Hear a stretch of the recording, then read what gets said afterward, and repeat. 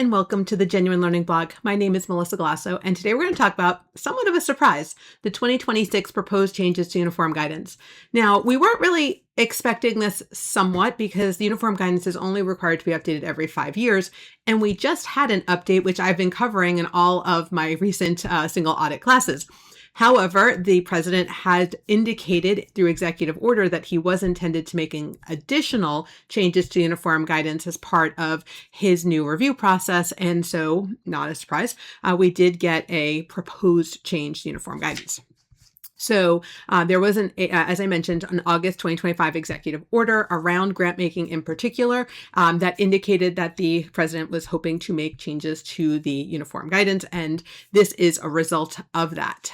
So in terms of goals, they are revising to CFR, which is where we house the uniform guidance, to improve transparency, accountability, and oversight, clarify status, and reduce recipient burden. And the first thing you're going to notice is this word guidance. Today, we either refer to it as uniform guidance or uniform grant guidance, UG. The proposal is actually to call it uniform grant regulation. And this is intentional. This is to, instead of having it be guidance, which the federal agencies then have to adopt, the goal is to make this actual regulation. So instead of having multiple effective dates, it would be a government-wide effective date. So this would be a major change in how we think about the uniform guidance and kind of give it a little bit more teeth and force agencies to comply as opposed to allow them to adopt. So a little bit of a different perspective.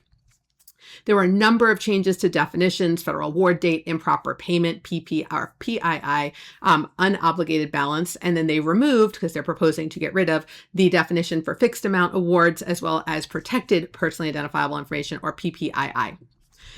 One of the things that everyone's talking about anytime I have a class, people ask about this, is that in the definition of the term compliance supplement, they have elected or proposed to delete the words annually updated, which means we might not get an annual compliance supplement soon.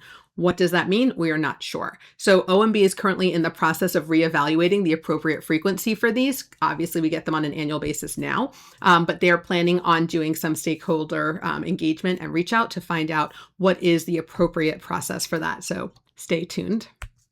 As I mentioned when I was talking about definitions, they are revising the guidance to eliminate the use of fixed amount awards, which is kind of interesting because the last update to the uniform guidance actually doubled them. They went from $250,000 cap to $500,000 cap, and this would get rid of it.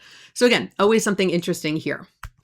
We talked about the guidance that we had received from the executive order. This proposes some additional merit review process information, requiring a new pre-issuance process, which aligns with the executive order that I've been teaching in all of my single audit classes recently. This would now incorporate it into the regulation, and then that would have to then kind of trickle down, and so consistent with the requirements of that executive order. They do also include an English focus, that everything be done in English language and US dollars in terms of any type of announcement coming out of the federal government.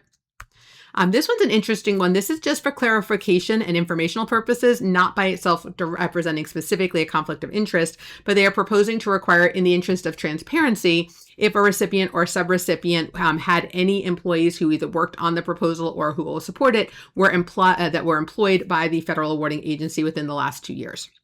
So who's going from the federal awarding agency to receiving that money and being able to use it. When we think about one of the big changes in the 24 uniform guidance, we talk about the requirements around cybersecurity. They are proposing to include confidential business information in addition as a type of business information that must have reasonable safeguards. Very surprising to me because it's not a should in that it's required or presumptively mandatory, but it's a should in terms of a best practice. Use COSO or Green Book. They're actually proposing to strike that language around the should, even though it is just simply a best practice. They're saying that it should be up to an entity to decide how to develop their internal controls. In terms of E-VERIFY, it would require all recipients and subrecipients who are receiving this to participate in the E-VERIFY program in terms of employment and confirmation of eligibility for contractors and employees who are performing work. They are also going to require the do not pay system to verify recipient eligibility to reduce improper payments, consistent with the Payment Integrity Information Act of 2019. In terms of procurement, these are to ensure cost controls and maintaining transparency through contract pricing, strengthening accountability for time and material contracts to ensure that we're not just overbilling and taking forever, propose revisions that materials under time and material contracts be supported by documentation and priced consistently with the market. And then they're going to discourage the use of cost reimbursement contracts moving forward. In terms of subrecipients, they would require pass-through entities to report in SAM.gov and strengthen the subaward data to require their confirmation of all subawards have been properly reported to SAM.gov. And they can, when they're looking at this, pass-through entities cannot treat transfers as internal allocations exempt from the subrecipient monitoring requirements. So again, that's a clarification in there.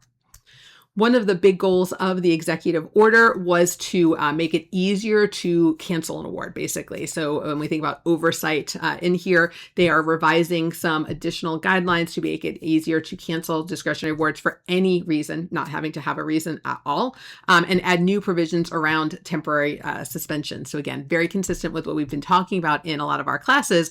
It's coming into this proposed guidance. So if you are interested, you are allowed to respond. Obviously, this is a proposal. It's going to regulations.gov. It's a very short time period. This was very quick to turn around. It's a 45-day comment period. So July 13th comments are due, and you can submit that at regulations.gov.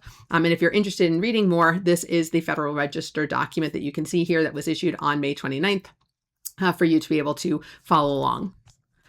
All right, well, that was a lot in our update for today. So hopefully this is for those of you who either receive awards or who audit and perform single audits. This is a little bit of an update on what could be coming down the pike. Again, this is just in the proposal phase now.